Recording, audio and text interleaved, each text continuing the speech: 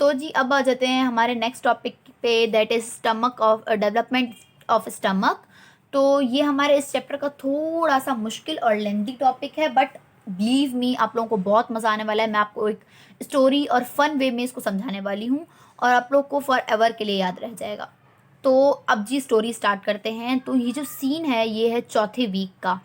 Embryo 4 weeks का हो गया है जब हम लोग देखते हैं थोरेसिक रीजन में। तो हम लोग को एक डायवर्टिक्यूलम पड़ा हुआ नज़र आता है, और ये जो डायवर्टिक्यूलम होता है ये बिल्कुल लंग बड के सामने पड़ा हुआ होता है। यहाँ पे ये लंग बड पड़ा है, ये हमारे पास हमारा एक डायलिटेशन पड़ी हुई है, ठीक है। ये डायलिटेशन पड़ी हुई है और इसकी शेप क्या है, ये फ्यूसीफॉर्म शेप की डायलिटेशन पड़ी हुई है। ये चुपचाप थोरेसिक रीजन में पड़ी हुई है। तो जैसे ही इसने आंख खोली तो ये देखता है कि सामने से एक डाकू आ रहा है। अब ये जो डाकू है और वो भागता भागता आ रहा हुआ है, ठीक है।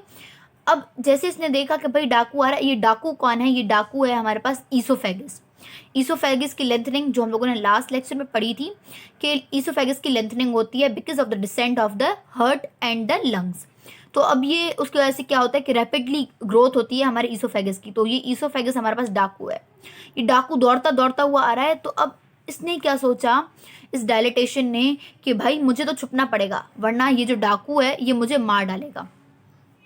अब जाहिर सी बात है अगर ये मर गया तो हमारे पास स्टमक बनेगा, तो इसको अपनी जान बचानी है तो इसको छुपना पड़ेगा। तो इसको अपनी पोजीशनिंग करनी पड़ेगी, ठीक है। छुपना मतलब अपनी पोजीशन चेंज करनी पड़ेगी, तो इसको पोजीशनिंग चेंज करनी पड़ेगी। अब इसके पास दो रास्ते हैं, एक तो ये आगे जाए या फिर इधर और इधर जाए, ठीक है, या लॉन्गिट्यूडनली जाए या एंटीरो पोस्टीरियरली जाए। इसके पास दो रास्ते हैं। अब इसने सोचा कि मैं दोनों डायरेक्शंस में जाऊंगा ताकि वो जो डाकू है उसको पता ना चले कि मैं कहाँ पे हूँ। तो अब इसने क्या किया कि अब जो इसने पहले ना सोचा कि मैं आगे जाता हूँ, मतलब लॉन्गिट्यूडनली जाता हूँ। अब जैसे इसने लॉन्गिट्यूडनली जाना शुरू किया तो अब इसकी एक है, ये है राइट साइड, ये है लेफ्ट साइड। अब इसकी जो लेफ्ट साइड है ना, इसने बोला कि मैं आगे आ जाता हूँ और राइट साइड ने बोला कि मैं पीछे चला जाता हूँ। तो ये जो राइट साइड है ये ऐसे पीछे गई और ये ऐसे हो गया, ठीक है। ये इसकी हो गई लॉन्गिट्यूडनल रोटेशन। अब उसके बाद क्या हुआ कि अब इसको जाना है इधर और इधर। तो अब एक है इसकी सिफेलिक एंड, एक है इसकी कॉर्डल एंड। अब जो ये सिफेलिक एंड है, जो उसके ऊपर वाला पार्ट है, इसने क्या किया, इसने बोला कि मैं जाऊंगा थोड़ा नीचे और थोड़ा लेफ्ट साइड पे ताकि मैं छुप जाऊं। लेफ्ट साइड पे जाऊंगा तो मैं छुप जाऊंगा, लेफ्ट साइड पे और थोड़ा डाउनवर्ड। ये जो कॉर्डल वाला पार्ट है या जो पाइलोरिक पार्ट है, इसने थोड़ा बोला कि अब तुम जिस डायरेक्शन में जा रहे हो मैं उस डायरेक्शन में नहीं जाऊंगा, मैं दूसरे डायरेक्शन में जाऊंगा। तो इसने बोला कि तुम अगर राइटवर्ड जा रहे हो तो मैं लेफ्टवर्ड जाऊंगा। ओ सॉरी, तुम इसने बोला कि तुम अगर लेफ्टवर्ड जा रहे हो तो मैं राइटवर्ड जाऊंगा।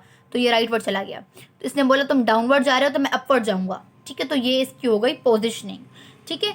बहुत ईजी थी पोजिशनिंग। अब यहाँ तक पहले हम लोग बुक से देख लेते हैं जी। देखें चौथा वीक है एम्ब्रियो का। थोरेसिक रीजन में एक डायलिटेशन नज़र आ रही है in close approximation to the lung bird. Lung bird के बिल्कुल पास पड़ी है। ईसोफेगस दौड़ता दौड़ता मतलब लेंथन हो रहा है और उसकी वजह से क्या हो रही है, positioning of the stomach. Positioning कैसे होगी, रोटेशन होगी स्टमक की दो डायरेक्शंस में, एक है लॉन्गिट्यूडनल और दूसरी है एंटेरो पोस्टीरियर। लॉन्गिट्यूडनल की वजह से क्या होगा कि जो लेफ्ट वाला पार्ट था, मैंने आपको बताया ना, ये लेफ्ट वाला पार्ट था, ये चला जाएगा हमारा एंटीरियरली।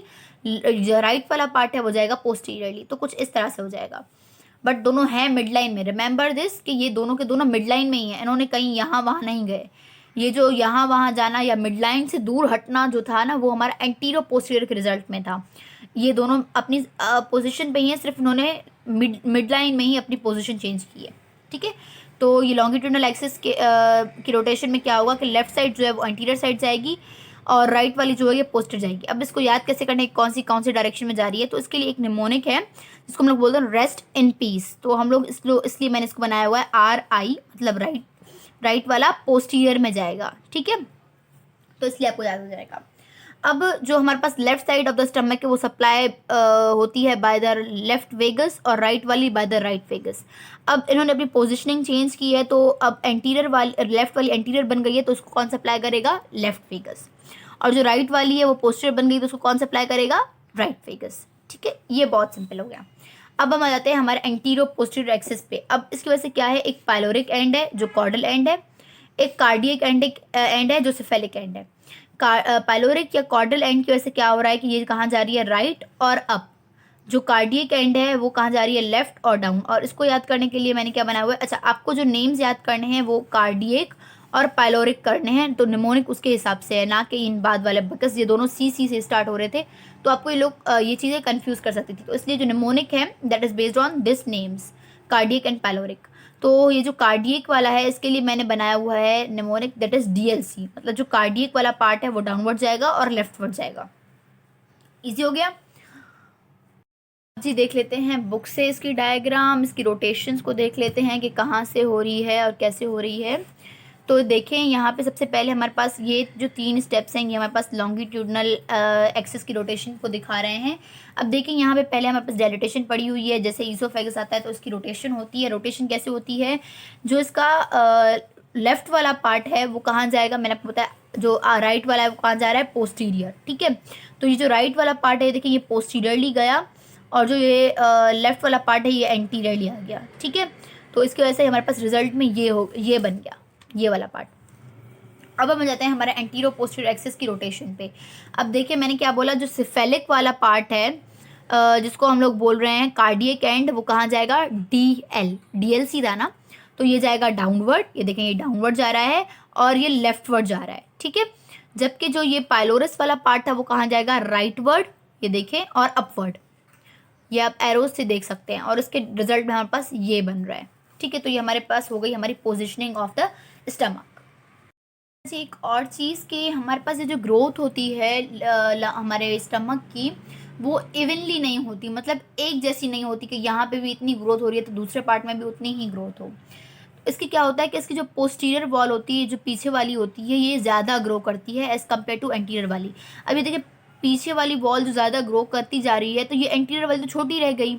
अभी जो एंटीरियर वॉल छोटी रह गई तो यहाँ पे इसकी वजह से कर्वेचर बन जाता है जिसको हम लोग बोलते हैं लेसर कर्वेचर, और पीछे वाली साइड पे एक कर्वेचर बन जाता है जिसको हम लोग बोलते हैं ग्रेटर कर्वेचर। तो ये जो 2 कर्वेचर्स होते हैं ये क्यों बनते हैं, because of the fast growth of the posterior wall of the stomach.